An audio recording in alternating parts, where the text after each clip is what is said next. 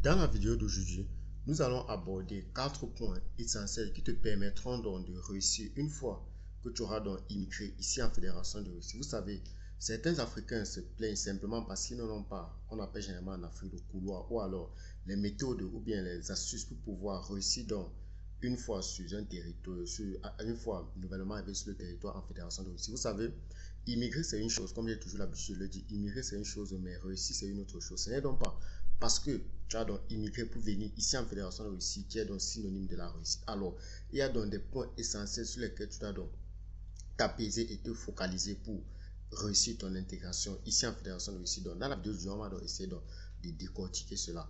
Alors, si tu me découvres donc par cette vidéo, je suis donc David, tant qu'étudiant en Fédération de Russie. Mon objectif est de te donner les astuces et de te parler en fait de comment se passe la vie ici en Fédération de Russie, le montant à dépenser pour ta procédure d'études ici en Fédération de Russie et tout ce qui va avec. Si ce sont donc des thématiques qui t'intéressent, n'hésite donc pas de t'abonner à la chaîne, de liker la vidéo et de la partager au maximum. Les 3 actions étant donc réalisées, on ira donc dans le bref du sujet. La première des choses que tu dois comprendre déjà, c'est que la définition de la réussite dépend de tout un chacun.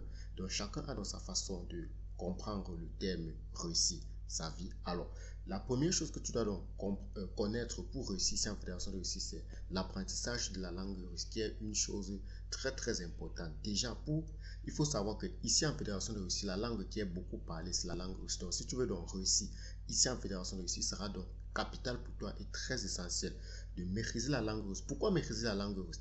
La langue russe te permet de trouver des bons jobs. La langue russe te permettra de pouvoir, face à une situation difficile, de pouvoir t'exprimer, de pouvoir te défendre toi-même.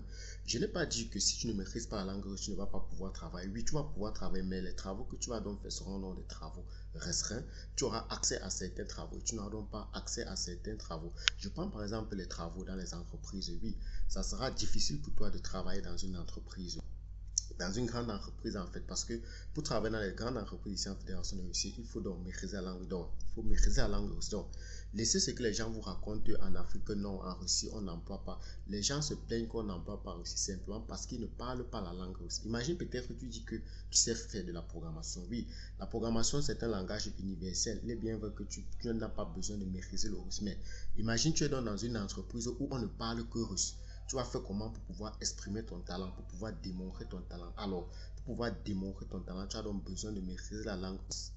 C'est pour ça que je dis toujours à mes étudiants que j'accompagne que une fois que vous arrivez ici en Russie, je vous conseille de vous concentrer au moins sur 6 mois. Vous vous concentrez, vous apprenez votre langue russe. Avec ces 6 mois de concentration, vous n'auriez pas à vous plaindre plus tard. Donc vous allez voir que la majorité de ceux qui se plaignent, c'est simplement parce qu'ils n'ont pas maîtrisé la langue russe.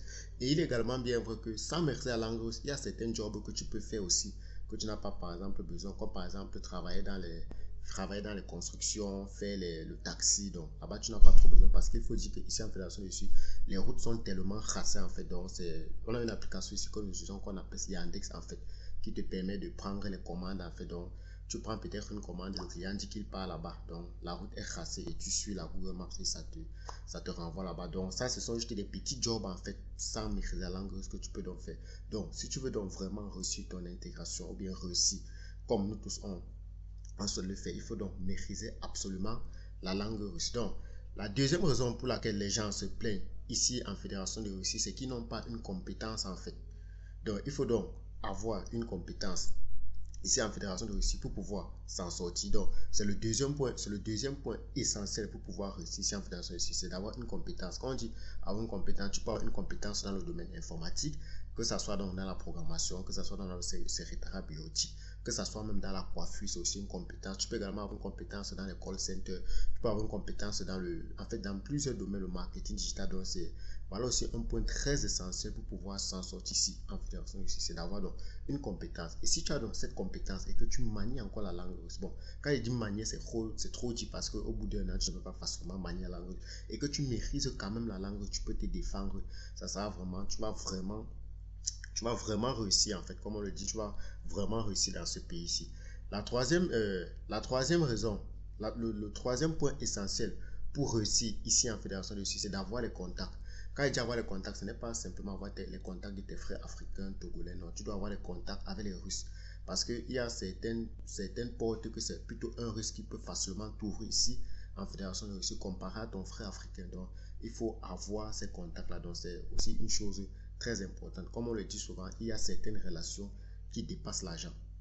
Donc, voilà donc quelques points que je voulais donc énumérer avec toi dans cette vidéo qui peuvent donc te permettre de réussir ici en Fédération de Russie. Le quatrième et le dernier point que je voulais donc te donner, c'est quand tu arrives ici en Fédération de Russie, il faut choisir avec qui tu marches. Il faut choisir tes amis. Parce qu'on dit souvent, on est la moyenne de 5 personnes qui nous entourent. Donc, si tu marches avec un groupe des personnes intelligentes, alors forcément, que tu le veux ou pas, tu vas devenir intelligent. Si tu marches avec un groupe de bandits, que tu le veux ou pas, tu vas devenir bandit. Même si tu n'es pas bandit, tu auras la mentalité ou bien les réflexes des bandits. Donc, on va te voir, tu vas ressembler vraiment à un suspect. Donc, voilà donc quelques points que je voulais donc partager avec toi dans cette vidéo qui t'a donc donné les 4 points essentiels pour réussir ici en Fédération de Russie. Si tu as donc aimé la vidéo, n'hésite donc pas de t'abonner à la chaîne, de liker la vidéo, de la partager au maximum pour que nos frères qui sont encore en Afrique ou bien qui sont déjà ici en Fédération de Russie puissent pouvoir déjà savoir sur comment se positionner pour pouvoir donc réussir, que ce soit dans leur intégration sur le plan culturel, sur le plan financier et sur le plan éducatif ici en Fédération de Russie. On se prend dans une prochaine vidéo. C'était David Tanque. Paka paka.